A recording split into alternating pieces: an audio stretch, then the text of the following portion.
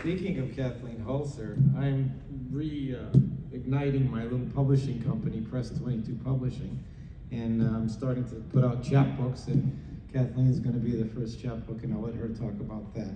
I don't know if she's reading from it tonight. So in addition to that, I started a project called Yester Now, because I think we needed a new word. And then when I started writing a long time ago, in the 80s, seriously, I began writing children's poems and nursery rhymes and children's songs, and I'm going to put that together into a chapbook also. And then, like she said, I went to 1 million open mics, and closer to 2,000 would be the number, and I documented what it's like to do this in 3 sections called Scared Sacred, meaning get up and do this for the first time. So there's 12 poems in here, and each poem represents about 1,000 poets. And then Death of an Ego, meaning you've gotten up here and you read 1 poem and now you're God, and so you got a little work ahead of you. And then What Manner of Character, which is a series of character poems, and then 3 essays of what it was like to reflect back on those 3 sections 20 years later, and then did I do something with my life before I die? What I love about this book is it's not about me. This is not me and my poetry. This is actually published as a social science work, in poetry form. So that book is here. I have a copy or 2 with me. I'm going to read for the holiday. Thank you to our host, to our features, to Debbie, and to the library for making this happen, and for all the other work that everyone does here to support poetry and the words, and new and voices that are also more wise, we'll put it that way. Man of woman. Man of woman. To understand the death of his phallic dominion, he has no rule over her. She is never a gender slave of his ignorant sperm's drive. She is not here to breed inhumanity. The only protection he was born to provide is to being, always choosing to breathe his empathy into her.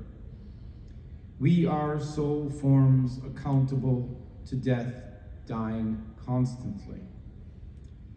We are here to fall into love learns, to become the equal of her emotional heat, her soul aflame.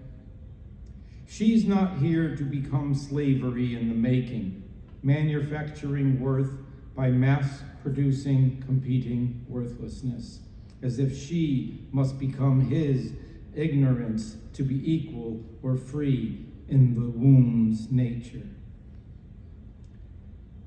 A male is nothing if he refuses to wear the mirror of her living womb. His vulnerability to be his strength, as is the end of his weak machismo. And with or without his merging with true love living, to never possess her choice to choose love, constantly moving into the equilibrium of alive with her. Time dies, love lives. There is no waste of love unless you waste her, unless she wastes love just to become his power to own life and remain ignorant of love beyond death is.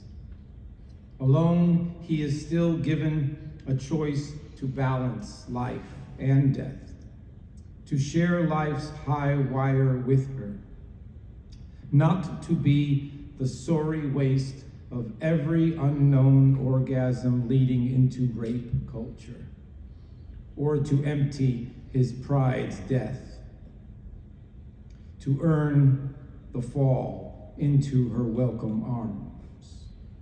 The air of emptiness comes leaving no blame, to love beyond debt and debtor, giving her the choice to receive and not take love. Her pleasure is his choice to give his body to her lust's liberty and freed choice.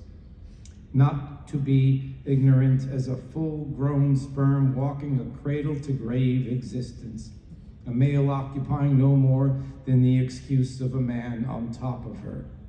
Man is of woman to earn her wonder.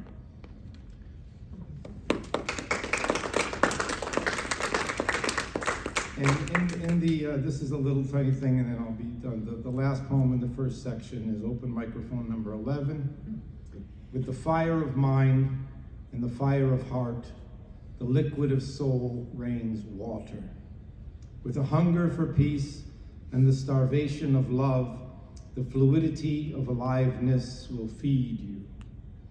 And with tireless time, by the edge of exhaustion, the poets came here to breathe with you. Thank you, everyone. Love you all.